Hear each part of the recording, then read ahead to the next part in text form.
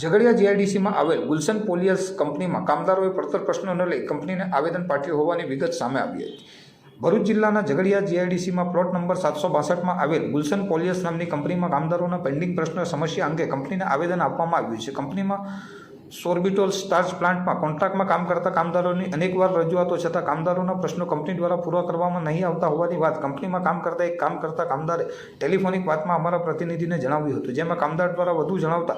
જેમાં કંપનીમાં કોન્ટ્રાક્ટ ઉપર કામ કરતા કામદારો દ્વારા તેઓને સરકાર દ્વારા આપવામાં આવતા લાભો, જેમાં કામદારોનું પીએફ કાપવું, દરેક કામદારોને મિનિમમ વેજીસ મળવું, દરેક કામદારોને સેફ્ટીના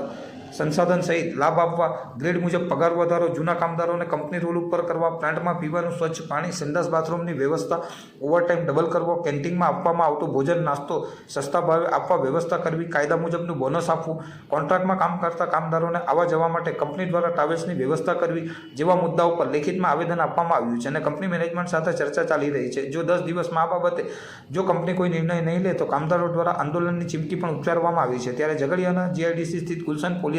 નામની કંપનીમાં અવારનવાર કામદારો અને કંપની વચ્ચે પગાર અને અન્ય બાબતોને લઈ ચર્ચામાં રહી છે। ત્યારે ગુલશન પોલિયર્સ નામની કંપની અવારનવાર પોતાના કામોને લઈ વિવાદોમાં રહેતી આવી છે અને જે બાબતે કેટલીકવાર તેને નોટિસ પણ મળી ચૂકી હોવાનું બહાર આવ્યું છે। આ કંપની ઉપર અનેકવાર દંડનીય કાર્યવાહી પણ થઈ છે। તે પછી પોલ્યુશન હોય કે વિના સેફ્ટી કામદારોને જોખમી કામ કરાવવું કે પછી ઘોઘાટ પ્રદૂષણ કરવું જેવા અનેક કામો કાયદા વિરુદ્ધ કરતા ગુલશન કંપની ક્યાંક ને ક્યાંક સ્થાનિક કામદારોનું શોષણ કરી કાયદાને નીવે મૂકી પોતાની જોહુકમી ચલાવી રહી હોય તેમ લાગી રહ્યું છે। ત્યારે જો કે હજુ સુધી કામદારો દ્વારા કંપનીને આવેદન આપવામાં આવતા આ મામલે શું થાય છે તે હવે જોવું રહ્યું, પરંતુ આવનાર ઝઘડિયા જીઆઈડીસીમાં અનેક કંપનીમાં કામદારોને પડતી મુશ્કેલી બાબતે લેબર કમિશનરને અનેક રજૂઆતો કરવામાં આવતી હોય છે, પરંતુ લેબર